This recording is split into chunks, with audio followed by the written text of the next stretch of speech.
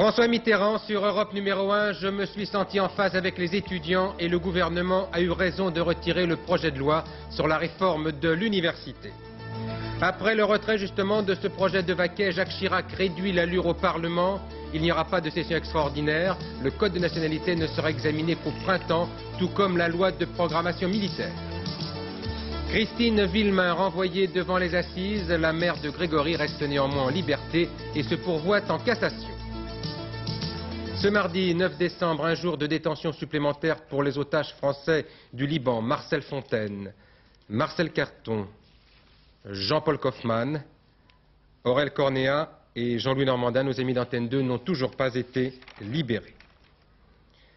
Madame, Monsieur, bonsoir. Au lendemain du retrait du projet de Vaquet et à la veille de la manifestation des étudiants, les propos de François Mitterrand étaient attendus avec beaucoup d'intérêt.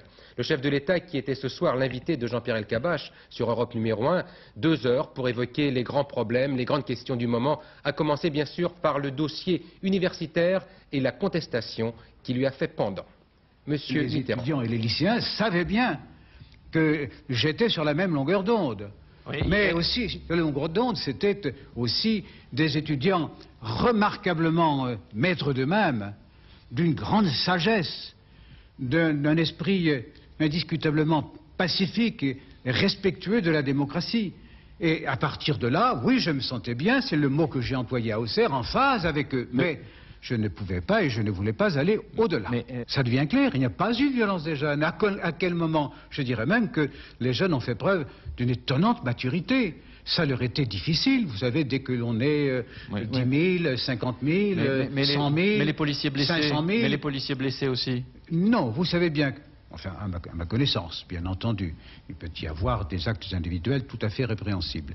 Mais je crois que l'on doit distinguer, parce que c'est clair dans mon esprit, la représentation imagée le démontre, il faut distinguer entre les jeunes étudiants et lycéens d'un côté et ce qu'on appelle les casseurs de l'autre, c'est-à-dire les éternels agents du trouble, de la violence, de la brutalité, ceux pour lesquels le seul objectif à atteindre, c'est de détruire. Dans cette affaire, il est certain que le gouvernement a dû céder devant une pression populaire. Il a bien fait. Cela ne veut rien dire de s'enfermer dans l'amour-propre ou dans une fausse conception de la rigidité de l'État. Mais, puisqu'il l'a fait, il a rejoint le souhait que je formulais. Il a rejoint la volonté que le cas échéant j'aurais énoncée, en saisissant le pays. Pourquoi voulez-vous que cela change les relations entre le Premier ministre et le Président de la République? Simplement, l'expérience a été rude. Voilà, François Mitterrand qui vient tout juste de terminer son interview. Un premier commentaire à chaud. Paul Amar, vous l'avez entendu à l'instant. Oui, le président de la République fait entendre sa voix dans tous les sens du terme. Une intervention radiophonique prévue de longue date mais spectaculaire dans le contexte actuel. En se réjouissant du retrait du projet de Vaquet, en révélant qu'il avait demandé à Jacques Chirac de prendre cette décision, en confirmant qu'il serait intervenu devant la nation si la situation s'était dégradée, le chef de l'État a voulu montrer avec force qu'il ne se contentait pas d'observer en simple spectateur les événements, une façon de rappeler que son rôle ne consistait pas à inaugurer le musée d'Orsay, version moderne des chrysanthèmes, ou à représenter la France à l'étranger, mais qu'il consistait aussi et surtout à préserver la cohésion nationale, à assurer le fonctionnement et la permanence de l'État. C'est l'article 5 de la Constitution. Voilà ce qu'il aurait dit à la télévision si le gouvernement avait maintenu le projet de loi sur l'université.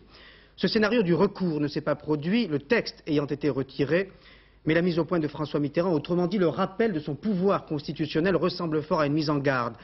Le chef de l'État laissera, comme il l'a fait jusqu'à présent, le gouvernement gouverner, c'est l'article 20, mais il se montrera sans doute encore plus vigilant. Une formule, la sienne, résume ce nouvel état d'esprit. Il se disait arbitre jusqu'à présent, il s'autodésigne désormais juge-arbitre. La coexistence jusqu'ici pacifique entre dans une zone de forte turbulence. Voilà, premier commentaire à chaud donc après cet entretien qui vient tout juste de se terminer il y a quelques instants sur Europe numéro 1. Lendemain d'explications aussi pour Jacques Chirac après le retrait du projet de loi de Vaquet.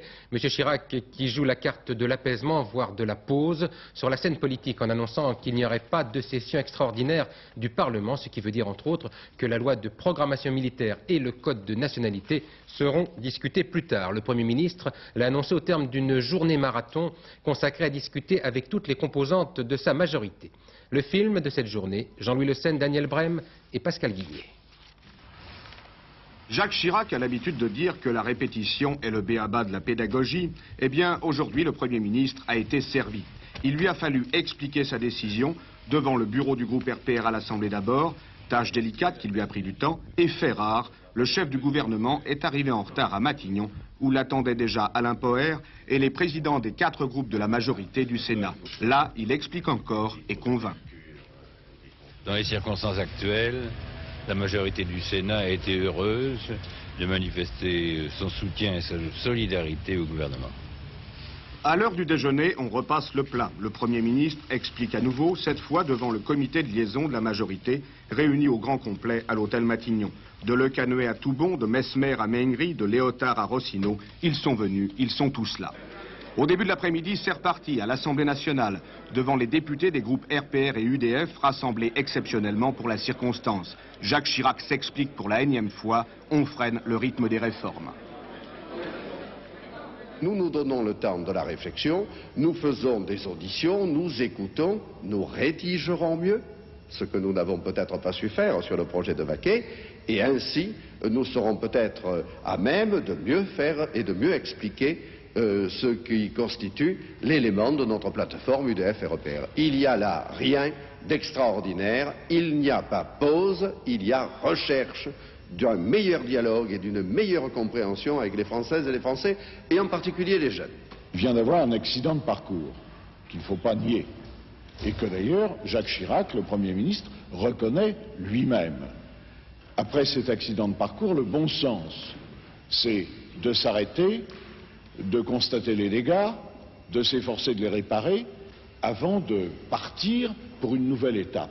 Et c'est cela, le changement de rythme. Fin du marathon, Jacques Chirac aura annulé au cours de la journée plusieurs rendez-vous, mais la cohésion de la majorité impose parfois des contraintes qu'un Premier ministre habitué à foncer ne peut plus ignorer. Voilà, et puis cette réaction, donc Paul, cette réaction du chef de l'État, le gouvernement a raison de pratiquer une pause dans son action. Et oui, après avoir hésité la semaine dernière, le gouvernement va très vite cette semaine. Il tire en fait tous les enseignements de la crise. Cette pause est destinée bien sûr à changer le climat dans la rue et dans les têtes et à provoquer une accalmie durable. En d'autres mots, vivement les vacances scolaires et parlementaires. Mais il y a une autre raison, une raison de fond. Jacques Chirac a tiré 2 leçons de ce qui s'est passé. Première leçon, il ne peut pas y avoir de mesures importantes qui touchent à notre vie quotidienne sans l'adhésion profonde du pays. Il faut désormais ajouter l'école à la liste des secteurs intouchables, à l'abri des querelles politiques comme la défense, comme la politique étrangère ou les institutions. Deuxième leçon, le temps des réformes de société est peut-être terminé. La gauche en avait fait l'amère expérience en 84, la droite subit aujourd'hui la même mésaventure. La France ne peut plus digérer en 2 ans hier, à plus forte raison en quelques mois aujourd'hui, une avalanche de réformes qui peuvent lui donner le vertige. En outre, il semble que la majorité des Français ait aujourd'hui la même conception des valeurs fondamentales, la même façon de vivre, de se comporter. Elle ne veut pas d'un bouleversement systématique ou périodique de ses habitudes. Ce qu'elle attend, ce sont des résultats, des bons résultats sur le chômage, l'inflation, la sécurité ou la santé. Ce qu'elle attend, c'est une démarche pragmatique. Les sondages l'avaient montré avant le 16 mars, un sondage grandeur nature le confirme aujourd'hui. Il incite le gouvernement à ralentir sa marche, alternance politique et changement idéologique ne peuvent plus rimer. Et puis, en marge du débat politique proprement dit, cette déclaration du chef de l'État qui a évoqué tout à l'heure, il y a quelques instants, sur Europe numéro 1, l'éventualité d'une grâce pour Anis Nakache, vous savez, ce terroriste qui est emprisonné en France et pour la libération duquel les poseurs de bombes avaient précisément posé des bombes à Paris, en tout cas c'est ce qu'ils avaient dit. Eh bien, le président Mitterrand a déclaré qu'il examinerait la possibilité de gracier ce terroriste si tous les otages français étaient libérés d'un seul mouvement, d'un seul coup, est-il dit, et qu'il croyait en conscience que cela serait bon, et répond correspondrait à une démarche formelle du gouvernement. Je vous rappelle qu'Anis Nakache est impliqué dans la tentative d'assassinat de Chapour Bakhtiar en 80 près de Paris. C'est pour cela qu'il est actuellement emprisonné en France. Alors bien sûr, attentifs à ces derniers développements, les étudiants se préparent toujours à leur manifestation de demain. Ils vont écouter ce soir, j'imagine, avec beaucoup d'attention M. Mitterrand. C'est un mouvement qui se veut calme demain et qui entend dénoncer avant tout la répression. Avec quand même le chaud-froid de plusieurs syndicats qui, au terme d'une valse hésitation, ont décidé ce soir de se joindre au mouvement. C'est vrai par exemple pour la FEN et pour la CFDT. Le point tout de suite, Yoba Grégoire. Ce matin, à Jussieu, à la coordination nationale, on appelait à une manifestation du souvenir, à une manifestation de la vigilance demain dans les rues de Paris et aussi de province. Souvenir de Malik et puis celui de la violence face à un mouvement contestataire qui se voulait pacifique. Vigilance aussi sur l'avenir des universités puisque le gouvernement entend maintenant ouvrir le dialogue. Un bureau a été désigné pour la première fois mardi dernier. Si le bureau de la coordination a décidé de maintenir la journée de mercredi, c'est pour exprimer dans le plus grand calme l'idée suivante. Plus jamais ça. Plus jamais de projet de vaquer ou de projet X mais de vaquer. Plus jamais de répression, morts, blessés, lorsque la jeunesse manifeste dans le calme et la sérénité pour son avenir. C'est apparemment ces slogans qui ont fait basculer la décision de la FEN et la CFDT. Ces deux organisations, à l'inverse de la CGT, avaient annoncé qu'elles ne participeraient pas à la manifestation. Finalement, elles seront présentes demain. La FEN, hier au bureau fédéral, a appris en cours de journée que M. Chirac retirait le projet de Vaquet. À partir de là, la FEN a été amenée à dire très clairement elle ne lance plus son mot d'ordre de grève générale de tous les personnels d'éducation et par ailleurs, elle ne participe pas à la manifestation du 10 dans les conditions où elle était prévue. Par contre, elle est prête à participer à toute manifestation concernant la défense des droits de l'homme et en mémoire des victimes de la répression.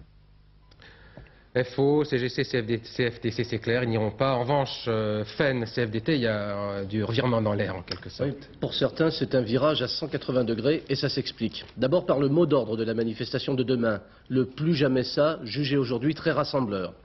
Deuxième raison, certains dirigeants syndicaux avaient mal apprécié l'émotion et la réaction de leur base.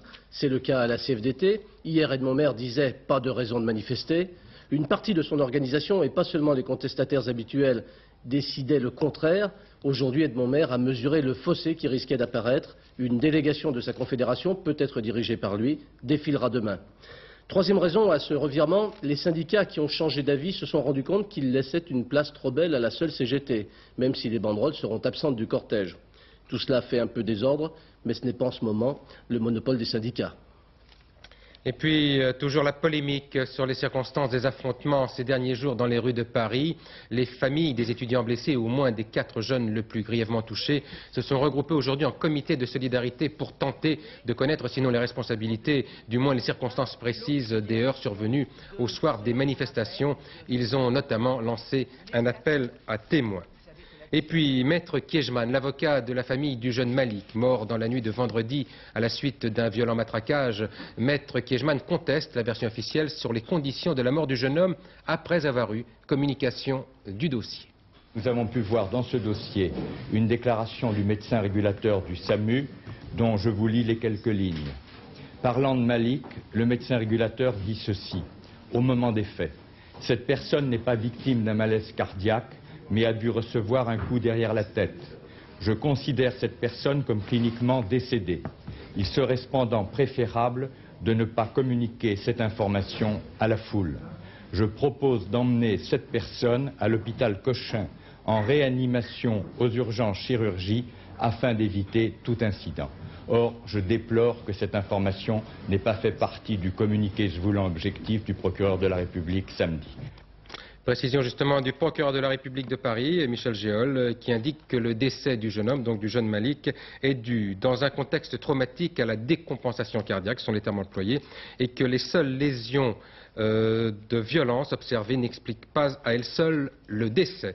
Le juge d'instruction demande de son côté un complément d'expertise médicale et il a délivré une commission rogatoire à l'IGS afin d'identifier les personnes qui se trouvaient sous le porche lorsque Malik a été frappé. Christine Villemain, renvoyée devant la cour d'assises des Vosges, c'est ce qu'a décidé ce matin la cour d'appel de Nancy, considérant qu'un supplément d'information n'était pas nécessaire. La mère de Grégory et ses conseils ont donc décidé de se pourvoir en cassation, mais sans préjuger de la décision finale, Christine Villemain restera en liberté sous contrôle judiciaire, ce qui est un précédent. Explication d'Isabelle Béchler et de Marcel Tria. C'est fait, la chambre d'accusation vient de trancher sous la présidence de M. Voxten-Perger. Christine Villemain ira aux assises. Les juges n'ont pas donné satisfaction à Maître Garot qui demandait un complément d'information pour la défense. On ne vous voit plus, mais on vous devine. Christine Villemain est innocente, c'est notre conviction. Cet arrêt ne saurait constituer une déclaration de culpabilité. Il laisse d'ailleurs en suspens de nombreuses et importantes questions posées, notamment celle du mobile. La partie civile prend acte sans triomphalisme. Christine Villemain bénéficie de la présomption d'innocence et nous pensons que jusqu'au procès, il faut respecter la forme. La chambre d'accusation de Nancy n'a pas statué sur l'innocence ou sur sa culpabilité. Il apparaît nécessaire qu'un procès public ait lieu. Nous souhaitons qu'il ait lieu dans les plus brefs délais. Cette affaire n'a que trop duré. Dès ce matin, la défense a déposé un pourvoi en cassation. Si ce pourvoi est rejeté, c'est un jury d'assises qui aura à déterminer si Christine Villemain a tué son fils. Élément à charge, les lettres du corbeau. Cette expertise converge, en particulier sur la dernière lettre, celle qui a revendiqué le crime. 5 camarades de travail auraient vu Christine la poster à 17 h le 16 octobre 84. Il y a aussi les coups de téléphone du corbeau, enregistrés dans la famille. Pour les experts, c'est une voix de femme. Christine était seule à connaître le contexte de 5 d'entre eux. Il y a aussi les traces relevées sur le terrain, des empreintes de bottines de femmes et des marques de pneus semblables à ceux de la voiture de Christine. Reste le temps matériel d'exécuter l'assassinat que lui reproche l'acte d'accusation. C'est le point le plus faible du dossier, avec l'absence de mobile, sans compter toutes les lacunes de l'enquête qui ajoutent à l'énigme. Si le pourvoi en cassation est rejeté, Christine Villemain devrait comparaître l'an prochain devant les assises des Vosges. Il est probable pourtant que la justice préfère éviter à l'inculpé le climat passionnel qui pèse sur cette affaire depuis 2 ans dans la région d'Épinal. Christine Villemain serait alors jugée à Nancy ou même à Paris. Pour les 9 jurés, le dilemme, coupable ou innocente, la prison à vie ou l'acquittement.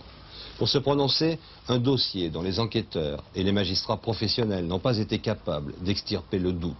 Peut-être simplement parce que certains d'entre eux n'ont pas fait correctement leur travail en temps utile.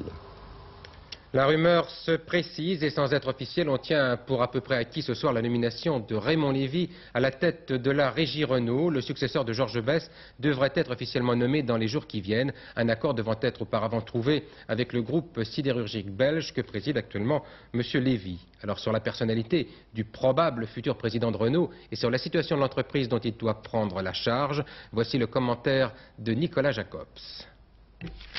PDG d'Elf France de 75 à 80, PDG d'Usinor de 82 à 84, président du géant belge de la sidérurgie Cockerill-Sambre. Raymond Lévy connaît les grandes entreprises, il sait tenir ces monstres industriels que l'on dit ingouvernables. Âgé de 59 ans, Raymond Lévy a beaucoup de points communs avec Georges Besse. Polytechnicien, ingénieur des mines, on le dit indépendant, énergique, capable de décisions rapides. Et comme le PDG assassiné, il n'a aucune expérience de l'automobile. Sur son bureau, il trouvera 2 dossiers délicats. L'endettement de la régie d'abord, 62 milliards de francs, 6 milliards à rembourser chaque année. Il faudra négocier avec l'État de nouvelles dotations.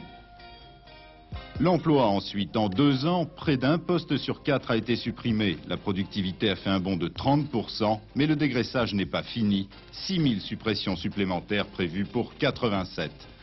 Mais le nouveau patron de la régie disposera d'une base de travail solide. Les ventes reprennent, c'est le résultat du rajeunissement de la gamme, du succès rencontré par la R21 et de la réorganisation du réseau de vente. Cette année, le déficit de Renault sera inférieur à 4 milliards de francs, le résultat le plus visible du plan Besse, en attendant le plan Lévy. Deux ordonnances d'importance examinées demain au Conseil des ministres, puisque l'on évoquera l'aménagement du temps de travail et la réforme de l'ANPE, l'Agence nationale pour l'emploi. Deux dossiers délicats qui doivent être bouclés avant la fin de l'année pour tenir les engagements de la loi d'habilitation votée au début de l'été. Coup de projecteur ce soir sur l'Agence pour l'emploi. Véronique Auger détaille les modifications envisagées par Philippe Séguin. En moyenne, aujourd'hui, un chômeur reste inscrit 322 jours à la NPE, 100 jours de plus qu'il y a 7 ans. Le gouvernement veut retourner cette tendance. D'abord, en grignotant un peu plus le monopole de placement de la NPE. Il existe déjà l'APEC, qui s'occupe du placement des cadres. Désormais, grâce à l'ordonnance, la NPE pourra donner l'autorisation de placement à certains organismes professionnels qu'elle jugera plus proches du marché du travail. Il s'agirait des chambres de commerce ou d'agriculture, ou bien d'associations gérées paritairement, ou enfin d'organisations d'employeurs. Un exemple, la Fédération de la boucherie, si elle est agréée par la NPE. Les démarches de placement resteraient obligatoirement gratuites. Deuxième point de l'ordonnance, les maires pourront désormais demander à la NPE la liste des chômeurs de leur commune afin de leur trouver un emploi. Enfin, troisième point, il suffira de s'inscrire à l'assurance chômage pour être obligatoirement sur les listes de la NPE. Mais, contrairement aux rumeurs, il n'est pas question de fusionner l'UNEDIC, c'est-à-dire l'assurance chômage, et la NPE. D'autre part, offres et demandes d'emploi continueront d'être toutes comptabilisées par la NPE. Malgré ces assurances, le personnel FO, CGT et CFDT des agences pour l'emploi a décidé de manifester et de faire grève aujourd'hui et demain pour demander au président de la République de ne pas signer le texte du gouvernement. L'inspecteur de police qui a tué vendredi un jeune homme à Pantin a été inculpé d'homicide involontaire mais laissé en liberté. Il a été suspendu de ses fonctions et la colère gronde dans la cité HLM des 4000 à la Courneuve où habitait le jeune Abdel Ben Yahya. Une manifestation silencieuse s'est dirigée cet après-midi vers le bar où s'est déroulé le drame dans la nuit de vendredi à samedi. Le policier qui a battu le jeune homme était en état d'ivresse. L'IGS est ce soir chargé de l'enquête. Conséquence prévisible du report, faute de jurés, du procès d'action directe, le gouvernement demande au Parlement d'accélérer en quelque sorte la mise en place de la cour d'assises spéciale, c'est-à-dire une juridiction uniquement composée de magistrats. C'est ce qu'on indique ce soir au ministère de la Justice en s'appuyant précisément sur la défection des jurés du procès de Paris. Et on peut dire que c'est un tournant, Paul Lefebvre. En effet, après avoir un peu réfléchi, le gouvernement a décidé de ne pas représenter les 3 accusés d'action directe devant un jury populaire. Le procureur général de Paris et un bon nombre de magistrats pensaient, eux, qu'il fallait donner une seconde chance à ces jurés populaires de relever le défi de la peur. Mais le ministre de la Justice, songeant aux 4 autres dossiers de terrorisme à venir, après celui de l'avenue Truden, a préféré la voie la plus rapide pour parvenir à une solution à moindre risque, celle du Parlement. Le 3 septembre dernier, une loi a été votée créant en France des cours d'assises spécialisées en matière de terrorisme et composées uniquement de magistrats. Dans son état actuel, cette loi interdit l'examen des 5 dossiers de terrorisme par des cours d'assises spécialisées. Mais il suffit que le Parlement change un seul mot, un adverbe, antérieurement au lieu de postérieurement, dans l'article 10, pour que cette loi, texte dit de compétence, s'applique immédiatement au dossier en cours. Modification qui ne provoquera aucune objection de la part du Conseil constitutionnel et qui permettra, surtout si le Parlement se prononce rapidement, de refaire comparaître dans des délais raisonnables, par exemple en avril ou plutôt en mai, les accusés d'action directe devant la justice. Reste une difficulté, celle des témoins, quelle que soit la cour d'assises. Il faut qu'ils soient présents pour être tout à fait crédibles. Il en manquait déjà quelques-uns à l'appel l'autre jour. Le problème de la peur reste malgré tout posé. Le sport, au rythme du tennis, avec une finale d'enfer la nuit dernière au Masters de New York et sur Antenne 2. Alors pour les couche-tôt, voici les grands moments de ce match au cours duquel Lendl a donné une véritable leçon de tennis à Boris Becker. Commentaire Thierry Blanc. Le favori a gagné grâce à son super service, mais pas seulement, car Ivan Lendl est également resté le maître du jeu au fond du court.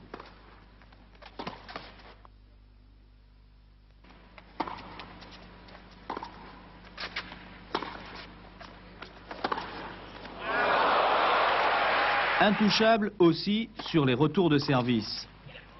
Une véritable leçon infligée à Boris Becker, fébrile, complètement hors du coup. Même ses premières balles sont restées faibles, sa mobilité des plus lentes.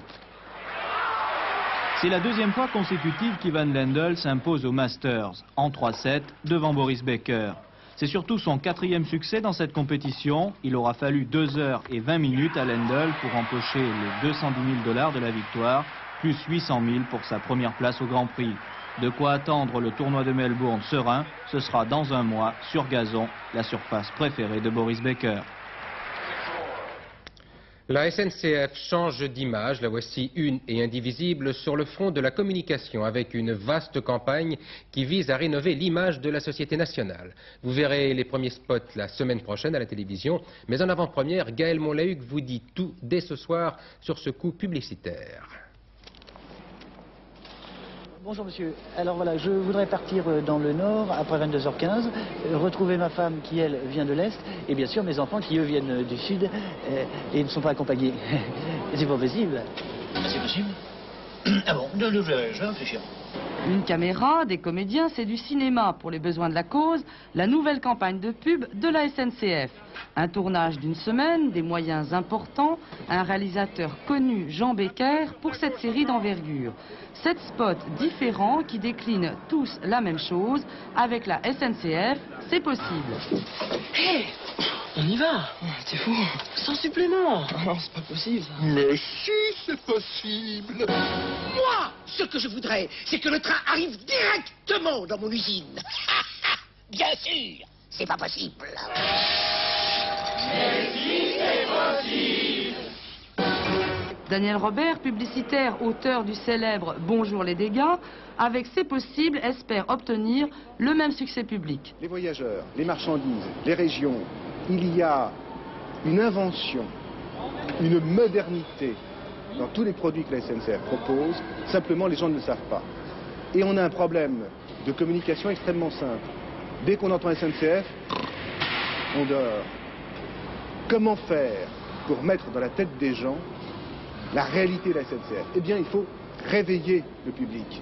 Il faut que quand il entend SNCF, il ait le réflexe de dire « Oh, bon, c'est pas possible, ils m'ont fait ça ». Mobiliser le personnel, la SNCF s'y emploie actuellement afin de faire coïncider la pub et la réalité. Bonjour madame, je voudrais un Strasbourg-Paris pour un adulte, 2 retours Lille-Paris pour 2 enfants. Et puis, attendez, c'est pour vendredi, je voudrais que tous les trains arrivent en même temps. Est-ce que c'est possible? Je veux dire, est-ce qu'il est possible de trouver des trains qui arrivent tous en même temps? Les informations sont derrière.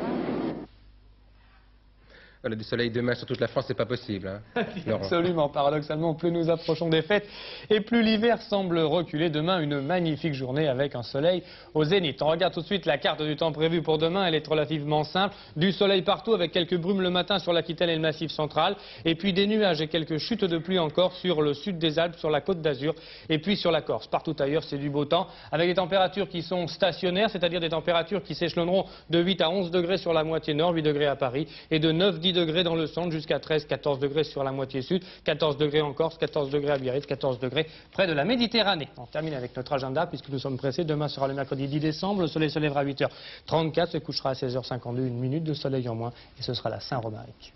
Dernier journal avec Philippe Arroir aux environs de 0h30, mais dans une dizaine de minutes, vous allez assister à un débat au titre du droit de réplique. Après l'intervention vendredi de René Monory, le ministre de l'Éducation nationale. Participent à ce débat Éric Raoult pour le RPR, François Bayrou pour l'UDF, Jack Lang pour le Parti socialiste, Guy Hermier pour le Parti communiste et Bruno Gollnisch pour le Front national. Débat sur les 2 chaînes animées par Paul Amar et Pierre-Luc Séguillon. Bonsoir, à demain 20h.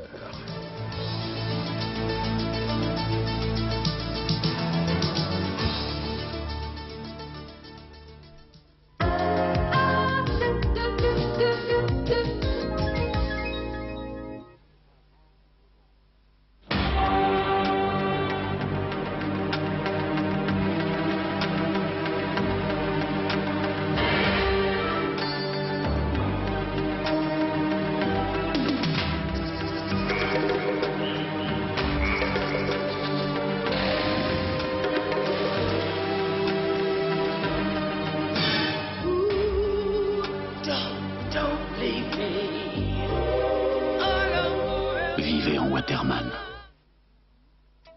À toute vapeur, il arrive, le vapocuiseur de Roventa. Électrique, pratique, les légumes respirent la fraîcheur. Les repas sont pleins de vie, colorés, parfumés. Avec Roventa, toute la cuisine est transformée. Vapocuiseur de Roventa, croquez la vie à pleine vapeur. Roventez-vous la vie.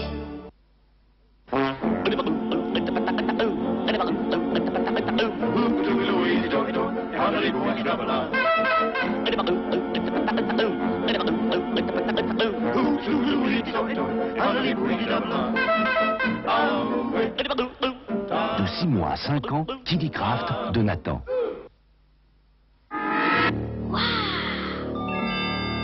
Fruits au sirop Saint-Mamet, tous les fruits de l'été, tous les jours de l'année. Toujours pas de magnétoscope? Vous attendez quoi? La fin de la redevance magnétoscope? Eh bien, ça y est. Si vous achetez ou louez dès maintenant, la redevance magnétoscope, c'est fini. C'est enregistré? Ça fait mal au cœur de voir des chaussures aussi mal entretenues. Pourtant, il y a Kiwi lait crème à la lanoline. Kiwi lait crème, c'est bien crémeux. Ça nourrit le cuir en profondeur et avec son applicateur ovale, on passe partout. Voilà, c'est pas bien compliqué et elle brille. Kiwi lait crème. Voilà un cirage. Kiwi, un conseil de connaisseur. Et maintenant, soupe moulinée en solo. Sachet individuel aux bons légumes. Magie, magie. Magie, magie. Tiens, mon bébé, juste un petit kilo, hein? Tiens, bébé 40. Pas de problème, je m'adapte. Très économique. Tiens, bébé 40, voilà 5 kilos. C'est simple, j'ai la capacité variable. Bébé, bébé. Je l'ai inventé pour Brandt. De 1 à 5 kilos, bébé 40 Brandt, la capacité variable. Et elle fait des envieux. Fruits au sirop Saint-Mamet, tous les jours de l'année. Ah, silencieux. Silenciaire de Calor, sèche-cheveux anti-bruit, sous petit ronron. Ah, silencieux. Souffle chaud, souffle fort, silenciaire de Calor. Ouh là là, Calor. La mode ne tourne plus rond. Elle se montre en rectangle. Elle se montre en qui-plaît. Montre qui-plaît, la mode est au rectangle. Levure baïnée. C'est gonflé. Major Kit. Major Kit. Major Kit. Avec le chantier Majokit, toi aussi deviens bâtisseur. Major Kit de Majorette.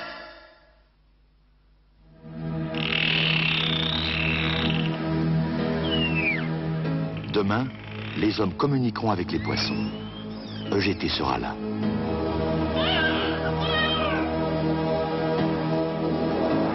La communication prend de l'avance avec EGT. Nouveau, expresso et filtre de Seb, 2 cafetières en un seul appareil. Le matin, de grands bols de bon café filtre. À midi, des petits expressos bien serrés, mousseux et pleins d'arômes. Nouveau, expresso et filtre de Seb, 2 cafetières en un seul appareil. Seb, c'est bien.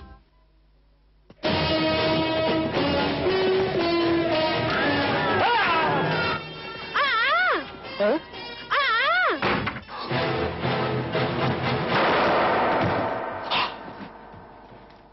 Souriez, vous êtes en radio là. Hein? Vous oubliez votre serpette. Les petits soupers qui commencent par la langouste de Cuba. Ça te fait rêver? Toi et la langouste de Cuba, je vous aime.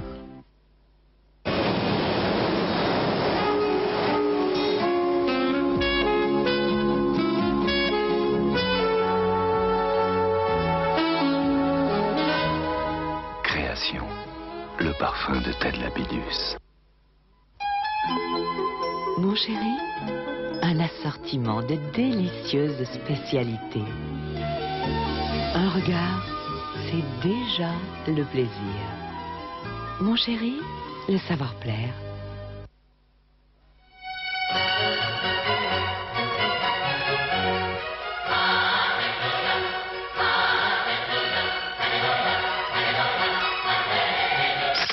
Le film Kodak Ektachrome 816-100 sait travailler dans l'ombre. Kodak, toujours un déclic d'avance. Ucar, la pile alcaline qui dure plus longtemps que les piles alcalines. Ucar, une durée d'avance.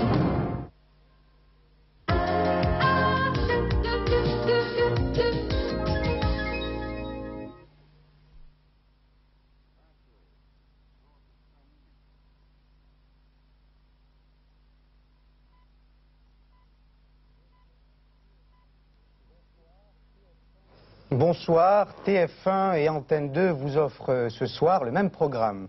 Pendant une demi-heure, ne soyez donc pas surpris si vous avez, pendant cette demi-heure, la même image sur nos deux chaînes. Cette coopération exceptionnelle est voulue par la loi. La Commission nationale de la communication et des libertés nous a demandé d'organiser un débat avec les représentants des partis politiques, de tous les partis.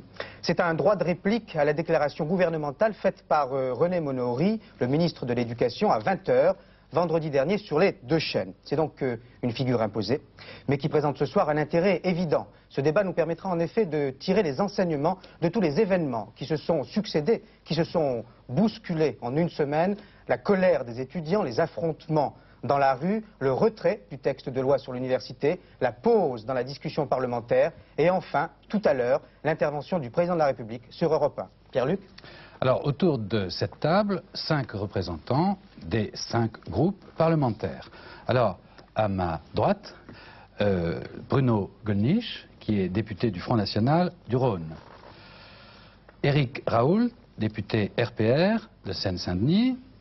François Bayrou, député UDF des Pyrénées-Atlantiques. Jacques Lang, député socialiste de Loir-et-Cher. Et Guy Hermier, député communiste des Bouches-du-Rhône. Alors, vous avez sans doute entendu ce soir l'intervention de François Mitterrand chez nos confrères d'Europe 1. Il s'est félicité de la décision prise du retrait du projet de loi sur la réforme universitaire et il a eu cette formule, c'est venu à temps, mais un peu tard. Alors, j'aimerais rapidement connaître votre réaction aux uns et aux autres. Et si vous le voulez, Guy Hermier, on va commencer par vous. L'essentiel, c'est que ce soit venu, parce que depuis que M. Monory a parlé, je crois que les étudiants et les lycéens ont remporté une impressionnante victoire. Pour avoir soutenu leur lutte depuis le début, nous nous en réjouissons. Nous pensons que leur unité, leur indépendance, leur détermination a été une condition essentielle de cette victoire. Et pour notre part, nous les avons toujours respectés. Nous déplorons que ils aient dû affronter les violences policières responsables de la mort de Malik Oussekine. Nous serons donc demain à leur côté pour dire plus jamais ça, c'est leur mot d'ordre, et exiger que toute la clarté soit faite sur ces violences policières. Puis dans le même temps, le gouvernement a été contraint d'annoncer une concertation sur l'école et l'université. Alors nous allons y participer pour notre part avec vigilance et des propositions claires, mais nous y reviendrons sans aucun doute dans le débat. Oui, on va y revenir. Alors Bruno Gollnisch, quelle est votre réaction? Oui, je représente la seule formation apparemment ici qui ne se félicite pas de ce qui se passe aujourd'hui. Alors je voudrais dire, en tant que doyen honoraire de faculté et professeur de japonais, que mon expérience me permet d'affirmer qu'il y a 3 perdants. Il y a les étudiants, ceux qui n'ont pas fait grève et qui sont majoritaires. Il y a même les étudiants grévistes d'ailleurs, car ils ont cru défendre leurs droits quand ils ont surtout défendu la mainmise des féodalités de gauche dans l'université. Il y a également les électeurs RPR-UDF qui peuvent mesurer aujourd'hui l'absence de fermeté du gouvernement. Et enfin, il y a la nation tout entière, y compris dans ses composantes les plus humbles, qui consent des sacrifices considérables pour l'université et qui ne sera pas payée de retour, celle-ci demeurant longtemps condamnée à la médiocrité, à la bureaucratie et à la stérilité. Jacques Lang, les profits et les pertes de cette décision. D'abord, je dirais que je me réjouis, nous nous réjouissons que la générosité l'ait emporté sur le cynisme et que le magnifique mouvement des étudiants et des lycéens ait vaincu le cynisme et l'obstination d'un gouvernement qui n'a pas compris ce qui se passait et qui voulait coûte que coûte imposer une réforme qui n'avait pas de sens. Je crois que c'est d'abord cela que je retiens de ces dernières heures. C'est très important que ce mouvement des étudiants qui a témoigné d'une grande maturité, d'une grande sagesse, l'est emporté, je répète, sur cette obstination et ce cynisme. Et au fond, il y a beaucoup à dire sur les conditions dans lesquelles les étudiants lycéens ont mené leur combat. Je crois que beaucoup d'adultes, en particulier beaucoup de dirigeants politiques, notamment de ce gouvernement, auraient beaucoup de leçons à prendre des jeunes d'aujourd'hui. Et ce qui m'a beaucoup impressionné au cours des semaines écoulées, j'en étais moi-même souvent émerveillé, c'est de voir la maturité, la qualité du débat, la sagesse des jeunes et des lycéens. Et eux-mêmes, à travers cette période, ont beaucoup grandi. Et pour moi, c'est un autre motif de contentement. Je suis sûr que ces centaines de milliers de jeunes sont une formidable promesse pour l'avenir de notre pays. Alors, on vient de vous entendre tous trois, représentants de l'opposition, à des titres évidemment divers. Alors, dans la majorité, d'abord, Éric Raoult du RPR, comment est-ce que vous analysez cette décision?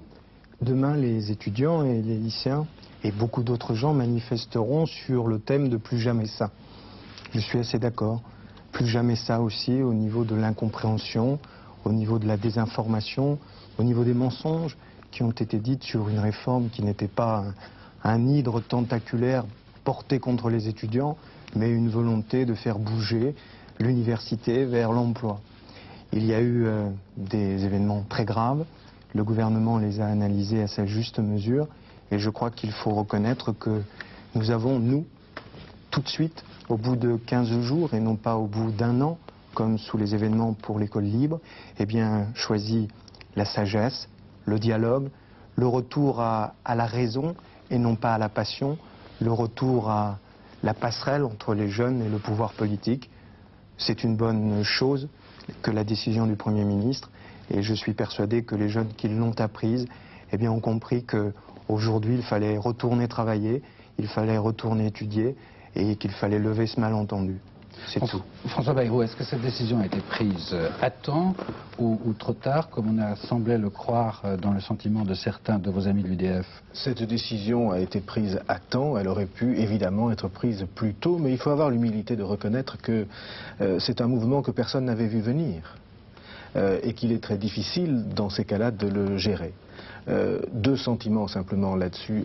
Le premier sentiment est un sentiment évidemment de tristesse, parce que d'abord il y a un jeune homme mort, qu'ensuite il y a des blessés, et puis que surtout il y a beaucoup de jeunes et d'adultes qui en face de ce problème ne savent plus aujourd'hui où ils en sont.